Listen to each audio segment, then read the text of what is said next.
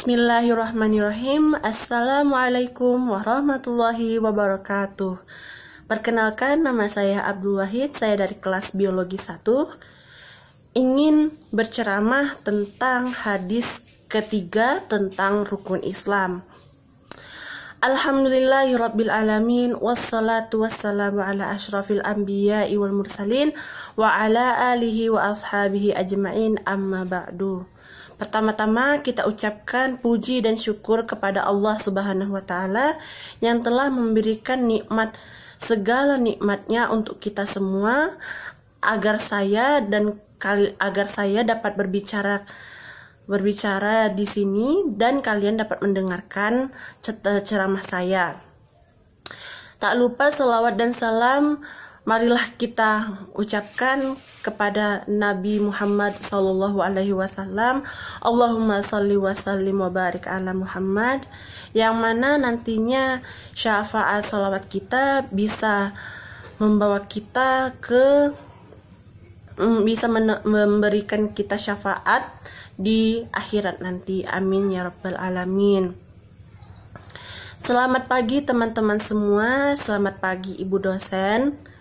Saya di sini akan menjelaskan tentang isi dari kandungan hadis ketiga, yaitu tentang rukun Islam. Hadis ketiganya yaitu An Abi Abdirrahman Abdullah bin Umar radhiyallahu anhum.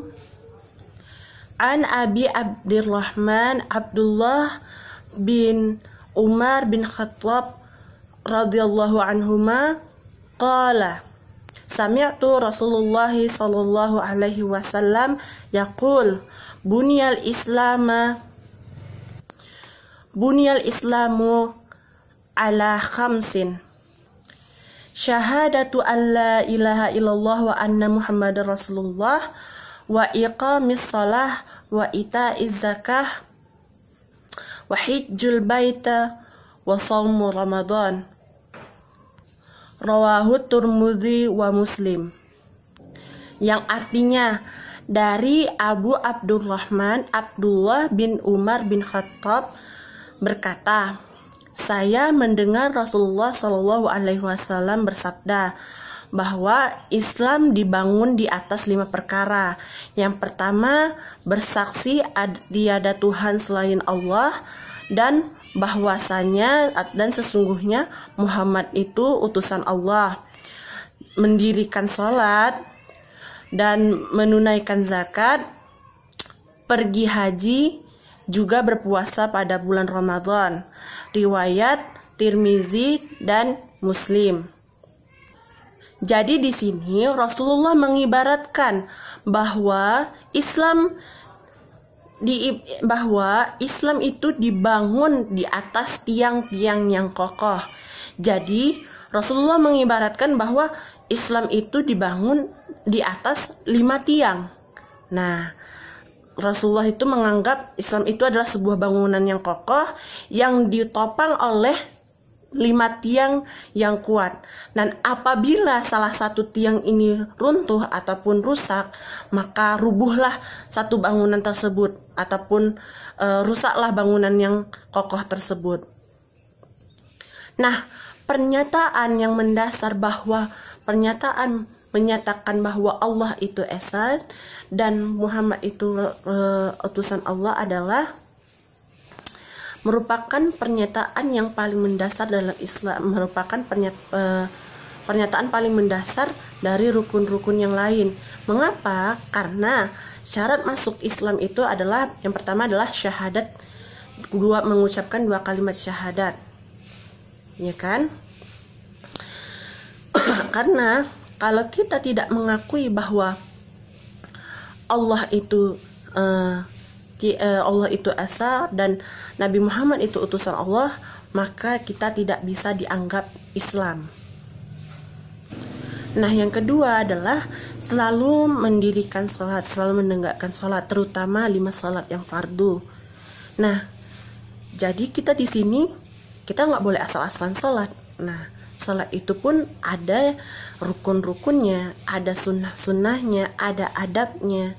Jadi kalau kita pun mendirikan sholat tanpa ilmu ataupun tanpa mengetahui rukunnya ataupun adab-adabnya, maka sholat kita akan sia-sia. Dan bukannya malah sholat itu mencegah dari perbuatan mungkar, malah kita yang mendapat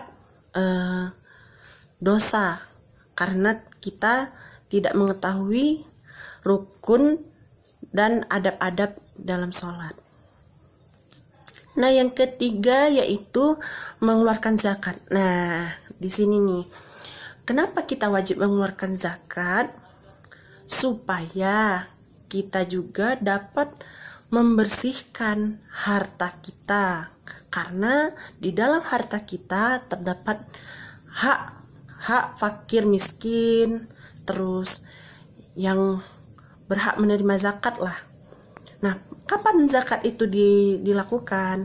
Zakat dilakukan yaitu pada bulan Ramadan, yaitu seminggu ataupun sehari sebelum Idul Fitri. Nah, yang keempat dan kelima yaitu menunaikan ibadah haji bagi yang mampu dan melaksanakan ibadah puasa wajib bagi setiap muslim.